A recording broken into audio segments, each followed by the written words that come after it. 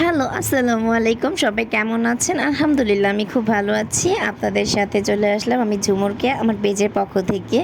তারপরে এই তো এটা ছিল সকাল টাইমে রাতের টাইমে ব্লগ। আর রাতে কিন্তু সেদিন আমার হাসব্যান্ড মানে সন্ধ্যার নাস্তা নিয়ে আসছে প্লাস এই মাছগুলো নিয়ে আসছে। মাছগুলো আমি একটু কিছুক্ষণের জন্য ফ্রিজে রেখে দেন নাস্তা করলাম।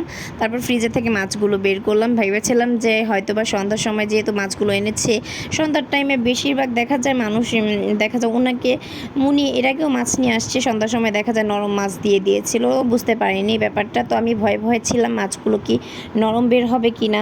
না, দেখলাম আলহামদুলিল্লাহ মাছগুলো খুবই টাটকা ছিল, অসাধারণ ছিল, খুবই সুন্দর ছিল দেখতে। আর সাইজটা কিন্তু খুব বেশি একটা বড় না, খুব বেশি একটা ছোটও না, মানে এই সাইজের মাছগুলো খুব ভালো লাগে।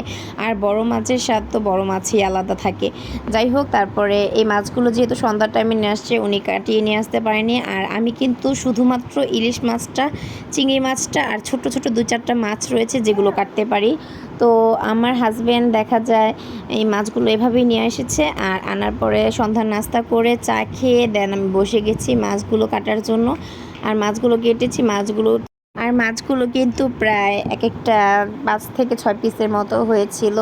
আর আমি একটু মোটা করে মাছ কাটতে পছন্দ করি, কিন্তু আমার হাজব্যান্ড বলছিল যে পাতলা করে কাটো, পাতলা করে কাটার পরে ভাজলে মাছটা অনেকটা করকরা হয় আর ভালো লাগে। উনি আবার একটু মাছটা বেশি ভাজা পছন্দ করে। বেশি ভাজার ক্ষেত্রে মাছটা আমার কাছে আমি যদিও স্বাদ পাই না, কিন্তু যেহেতু দুইজনের দুই রকম পছন্দ, আমি আমার মতো করে কেটে আমার মতো করে নরম করে ভেজে নেয়। আর ওনার জন্য আবার খুব বেশি করে ভেজে নিতে হয়।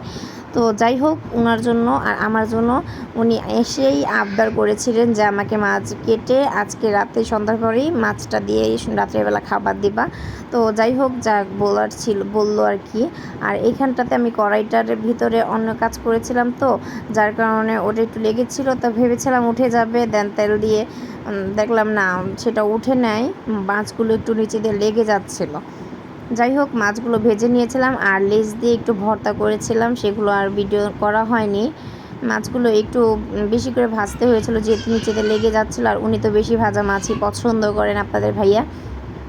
আর সাথে দুটো মাথা নিয়েছিলাম, মাথাগুলো ভেজেছিলাম। মাছের তেল ছিল, তেলগুলো এই যে ভেজে নিয়েছিলাম।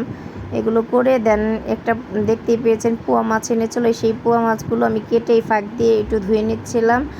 আর এই যে অল্প একটু মাছ ভুনা করে নিচ্ছিলাম, ভাবলাম যে ভাজা হচ্ছে সাথে একটু ভুনাও করে নিয়ে যাক। তো মাছগুলো এই যে ভুনা করে নিয়েছি, 4 পিস মাছ নিয়ে আমি ভুনা করেছি, 4 থেকে 5 পিস। আর 3-4 পিসের মতো ভেজে নিয়েছিলাম আলাদা করে, সেটা ভাজাই খাবো। আর এইখানটাতে কিছু মাছ ভেজে রান্না করছি। 1 পিস মাছ কিন্তু দেখতে পাচ্ছেন আমি কাঁচা ছিঁড়েছি, কারণ আমার কাঁচাটাও খুব ভালো লাগে। আর সাথে একটু আলু ভাজি করেছিলাম, দুপুরের কিছু ভর্তা ছিল, সেগুলো দিয়ে খাবারটা সেরে নেব। আর তেমন কিছুই আহামরি আজকের জন্য আর রান্না করব না। আর দেখা যায় দুপুর টাইমে একটু গুঁড়া মাছ রান্না করেছিলাম, সেটা এত মজা হয়েছিল, সেগুলো এভাবেই খাওয়া শেষ হয়ে গেছে। রাতের জন্য এভাবেও রান্না করতেই হতো, যেহেতু হাজব্যান্ড এই মাছগুলো নিয়ে আসছে, মাছগুলো দিয়েই চলে গেল। দেন ডিম এনেছিল, ডিমগুলো সাইডে রেখে দিয়েছিলাম, সেই ডিমগুলো আমি একটু ফ্রিজে রেখে নেব। ডিমগুলো দেখা যায় ভালো করে না রাখতে পারলে ডিমগুলো ফেটে গেলে আরেক বিপদে পড়ে যাওয়া হয়। যাই হোক, এই ডিমগুলো এখানে ভালো করে রেখে নিচ্ছে। আর আমার 2-3 দিন পর পর ডিম আনতে হয়। ডিম দেখা যায় হয়তো রান্না করে খেয়ে ফেলে, না হয় সিদ্ধ করে খেয়ে ফেলতে হয়। তো দেখা যায় 2-3 দিন পর পর ডিম আনতে হয়। আর এই তো দেখেন আমার ফ্রিজটা অনেক নোংরা হয়েছে, ফ্রিজটা ধুইতে হবে, কিন্তু সময়ের কারণে আমি ফ্রিজটা ধুতে পারছি না। তার পরের দিন সকালে আমার হাজব্যান্ড বাইরে চলে গিয়েছিল, ঠিক আম্মুর বাসায় ফোন দিয়ে বললাম যে আম্মু আমি বাসায় আসবো, ফ্রাইডে যেহেতু একা কিছু রান্না করবো না আর খাবো না। তো আম্মু বললো বাসা চলে আসে। এই তো দেখেন বাসায় গিয়ে দেখে আম্মু এই মাংসটা রান্না করেছে, কি পরিমাণ তেল উঠেছে মাংসটা, মানে আমার আম্মু একটু তেল দিয়ে রান্না করে, বেশি করে তেল উঠেছে আর তেলের সাথে মাংস, কি দারুণ তাই না? আর এই আম্মুর হাতে রান্না কিন্তু আমার খুবই বেশি পছন্দ। তারপরে দেখুন আমি ভাতটা নিয়ে বসে পড়েছি, ভাত নিয়ে মানে লোভনীয় লাগছিলো তরকারিটা, তাই ভাত দিয়ে নিয়ে বসে পড়েছি। তো আমি 3-4 টুকরা মাংস একসাথে নিয়ে নিয়েছি, যেহেতু অনেক দিন পরে আম্মুর হাতে রান্না খেতে বসেছি। আর এভাবেও অনেক দিন পরেই আম্মুর বাসায় আজকে এসেছিলাম।